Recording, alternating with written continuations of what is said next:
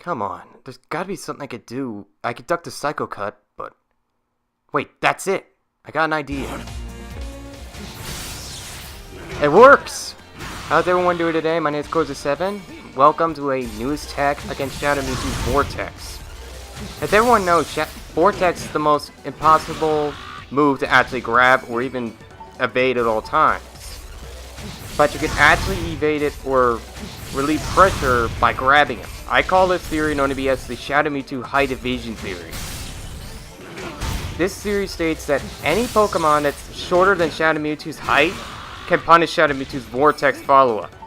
A typical example is that Lucario can punish Shadow Mewtwo's Vortex by grabbing him by using his low stance to duck the Psycho Cut follow-up. As you can see there, it's a little bit of window, just giving Lucario just the amount of time to grab him. The initial intention of this tech is being capable of relieving any type of Shadow Mewtwo pressure that involves around getting in your face and using Vortex over and over again. It's an easy way to relieve that type of pressure so you don't feel in a stressful situation.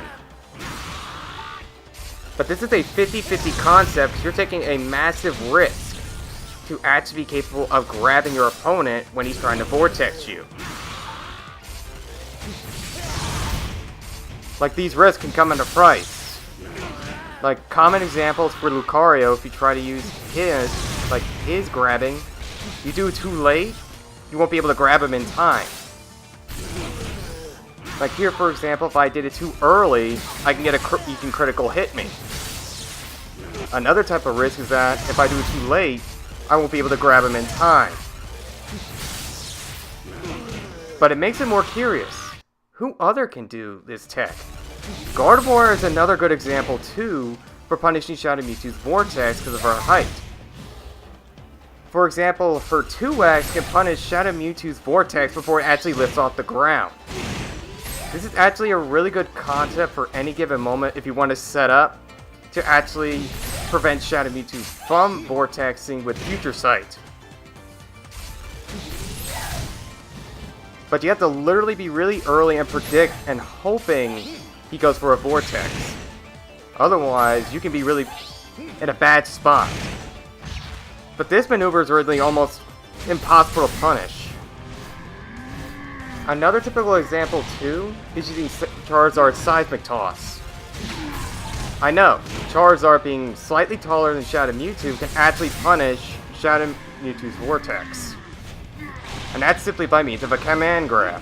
I think Pikachu Libre can actually do this too, but it relies a lot more on timing than relying on taking a risk. Well, either way, you're taking a risk either way. But the risk for this one is really bountiful because it could do a lot more damage.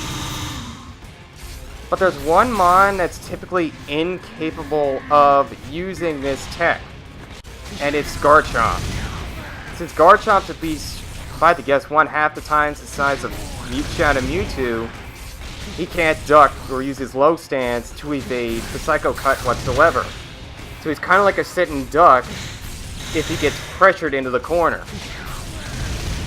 As you can see, I'm trying to duck the Vortex, but it seems I can't actually duck the Psycho Cut due to my massive height.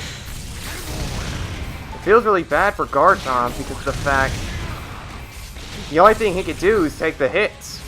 Nothing really. Which basically wraps up everything with this video.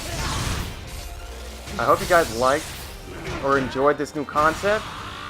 I'm sure this is going to help me face Shadow Mewtwo much more efficiently than trying to go in guns blazing. And otherwise, I'll see you guys next time.